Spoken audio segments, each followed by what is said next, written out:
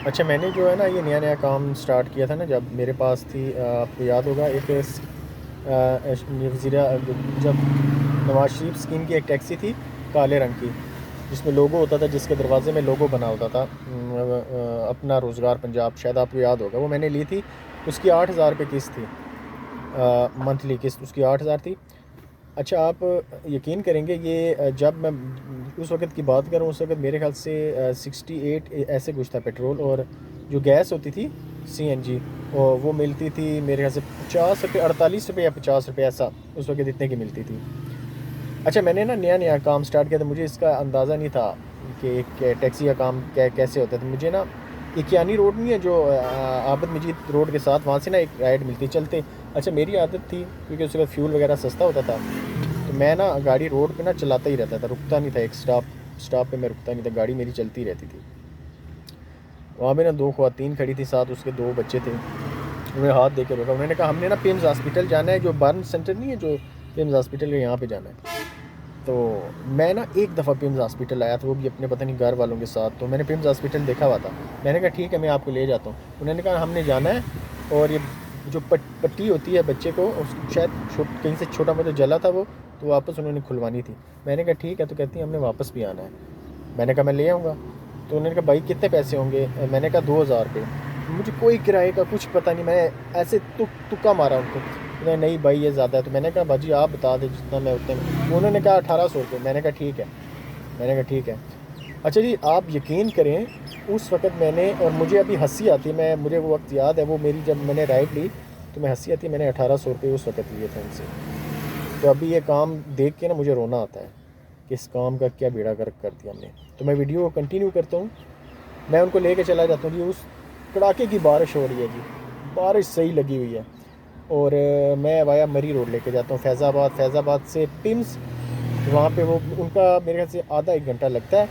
अच्छा, वो वापस मेरी गाड़ी में बैठती हैं, तो मुझे ना वापसी का रास्ता मुझे यही याद है कि फैज़ाबाद में मैंने वापस आना है, और वहाँ से मरी रोड से मैंने इनको आबद मजीद रोड वहाँ से उतारना है। मुझे रास्तों का भी इतनी वाक़फ़ियत नहीं थी।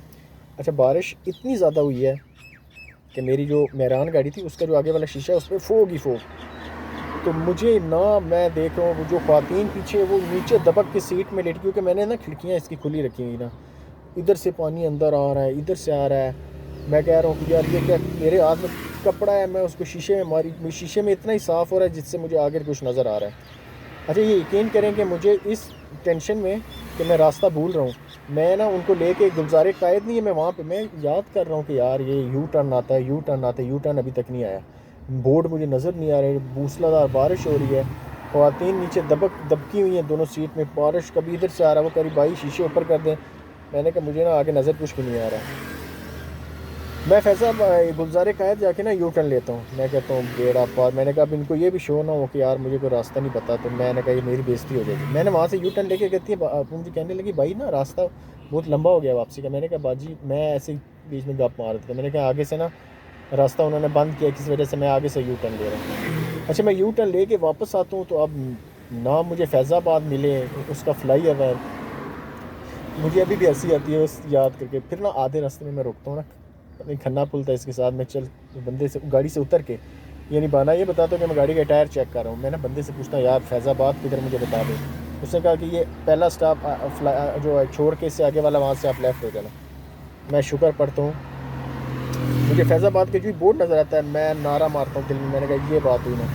फैमरी रोड पर डालता हूँ गाड़ी, और उनको उनकी जो लोकेशन होती है वहाँ पर मैं उनको ड्रॉप करता हूँ। वो राइड मुझे आज तक याद है, क्योंकि उस राइड में मुझे एक टाइम ऐसा था मुझे आगे कुछ नज़र नहीं आता, गाड़ी बिल्कुल मुंह पे आगे थी, लगने वाली थी गाड़ी पे। तो वीडियो बनाने का मकसद ये था कि मैं सोचता हूँ कि मैं इस 60-68 रुपये पेट्रोल था और 50 रुपये सीएनजी, मैंने 1,800 रुपये आने जाने के लिए थे उनसे। आप यकीन करें, अब वहाँ से कोई इतने पैसे देता ही नहीं। ठीक है, इसके ज़िम्मेदार और कोई नहीं है, कंपनियाँ तो हैं ही हैं, और सबसे बड़े ज़िम्मेदार इसके हम ड्राइवर हज़रात खुद हैं, जिन्होंने ना इस काम का बेड़ा, माज़रत है मेरी बातें शायद आपको बुरी लगेंगी भाई, इस काम में धोबी, नाई, मज़दूरी करने वाला,